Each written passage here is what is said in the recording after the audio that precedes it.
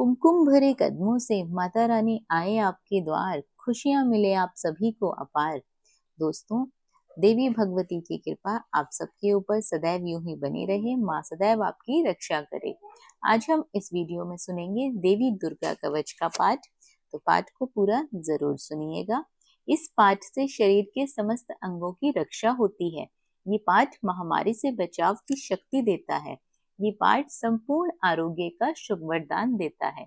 ये अत्यंत गोपनीय पाठ है, इसे पवित्रता के साथ सुनना चाहिए। तो चलिए सुनते हैं। मार्कंडे जी ने कहा, हे पितामह, जो इस संसार में परम गोपनीय तथा मनुष्य की सब प्रकार से रक्षा करने वाला है, जो अब तक आपने किसी दूसरे को न बताया हो, ऐसा कोई साधन मुझे बतलाइए। तो हे ब्राह्मण, ऐसा साधन तो एक देवी का कवच ही है, जो गोपनीय से भी परम गोपनीय, पवित्र तथा संपूर्ण प्राणियों का उपकार करने वाला है। हे महामुने, उसे सुने।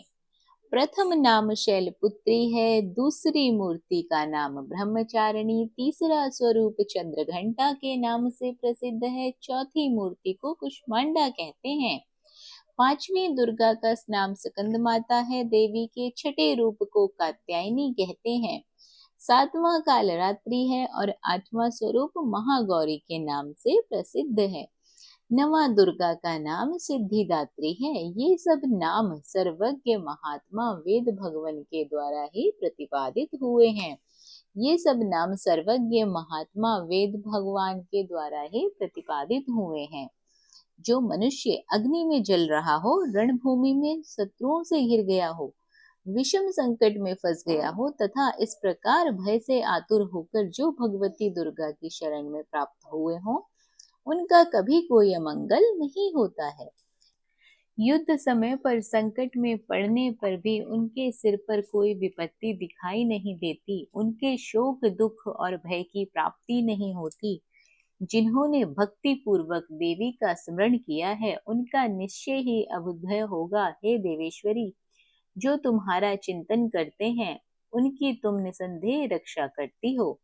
चामुंडा देवी प्रेत पर आरूढ़ होती है, वाराही भैंसे पर सवार होती है, इंद्री का वाहन ऐरावत हाथी है, वैष्णवी देवी गरुड़ पर ही आसन जमाती है, महेश्वरी वृषभ पर आरूढ़ होती है, कोमेरी का वाहन मयूर है, भगवान विष्णु की प्रियतमा लक्ष्मी देवी कमल के आसन पर विराजमान है और हाथों में कमल धारण किए हुए है। वृषभ पर आरूढ़ ईश्वरी देवी ने श्वेत रूप धारण किया है, ब्राह्मी देवी हंस पर बैठी हुई है और सब प्रकार के आभूषणों से विभूषित है। इस प्रकार ये सभी माताएं सब प्रकार से योग शक्तियों से संपन्न है।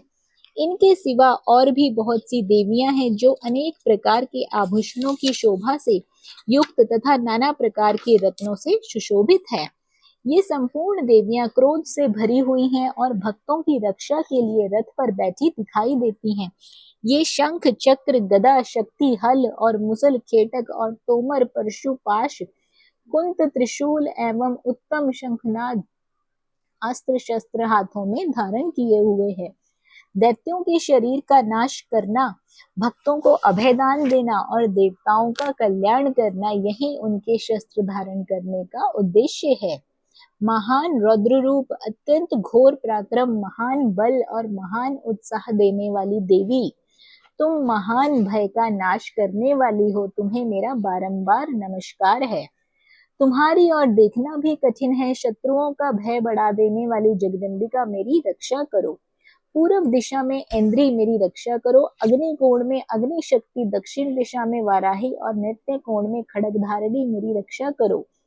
पश्चिम दिशा में वारुणी और व्यय कोण में मृग पर सवार करने वाली देवी, मेरी रक्षा करो। उत्तर दिशा में कुमारी और ईशान दिशा में शूल धारिणी देवी, मेरी रक्षा करो। ब्रह्माणी, तुम ऊपर की ओर से मेरी रक्षा करो।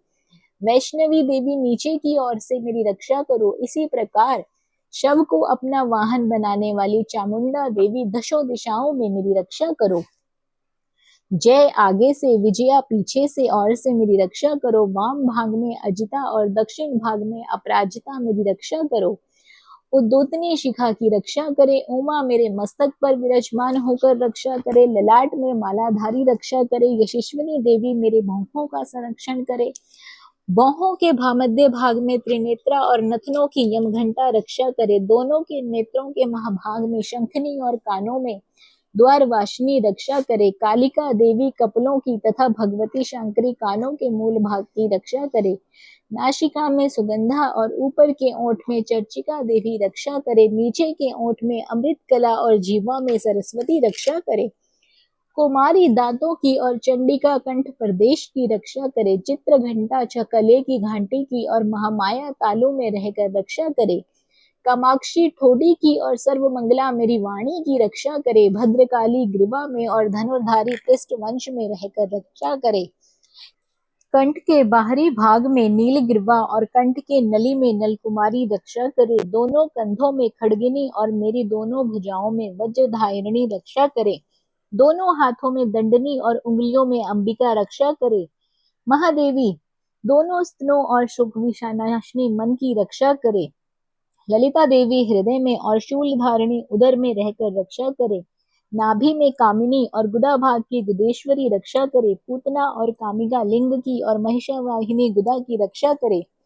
भगवती कटिभाग में विंध्यवासिनी घुटनों की रक्षा करे। संपूर्ण कामनाओं को देने वाली महादेवी दोनों पिंडलियों की रक्षा करे। नारसिंही दोनों घुटियों की रक्षा करे। तेजी सो चरणों की पृष्ठभाग की रक्षा करे। श्री देवी पैरों की उंगलियों की और तलवासिनी पैरों के तलवों में रहकर रक्षा करे।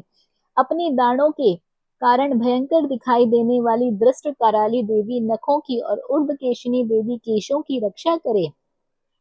पार्वती देवी रक्त मज्जा वस मांस हड्डी और मेद की रक्षा करें। आंतों की कालरात्रि और पित्त की मुक्तेश्वरी रक्षा करे। मूलाधर आदि कमल कोशों के पद्मवती देवी अपने कफ में चूड़ामणि स्थित हो रक्षा करे। नख के तेज से ज्वालामुखी रक्षा करे। जिसका किसी भी अस्त्र में भेदन नहीं हो सकता, वह अभेदा देवी शरीर की समस्त संधियों में रहकर रक्षा करे। ब्रह्माणी आप मेरे वीर्य की रक्षा करे। क्षतेश्वरी छाया की रक्षा करे। धर्मधारिणी मेरी देवी मेरे अहंकार मन और बुद्धि की रक्षा करे। हाथ में वज्र धारण करने वाली वज्रहस्ता देवी मेरे प्राण अपान व्यान उदान और सम्मान वायु की रक्षा करे। कल्याण से सुशोभित होने वाली भगवती कल्याण शोभान मेरे प्राण की रक्षा करे। रस रूप गंध शब्द और स्पर्श से इन विषयों का अनुभव करने योगिनी देवी मेरी रक्षा करे।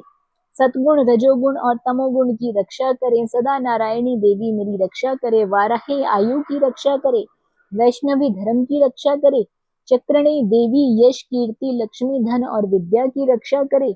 इंद्राणी आप मेरे गोत्र की रक्षा करे। चंडिका तुम मेरे पशुओं की रक्षा करे। महालक्ष्मी पुत्रों की रक्षा करे और भैरवी पत्नी की रक्षा करे। मेरे पथ की सुपता और मार्ग की क्षेमकरी रक्षा करे। राजा के दरबार में महालक्ष्मी रक्षा करे।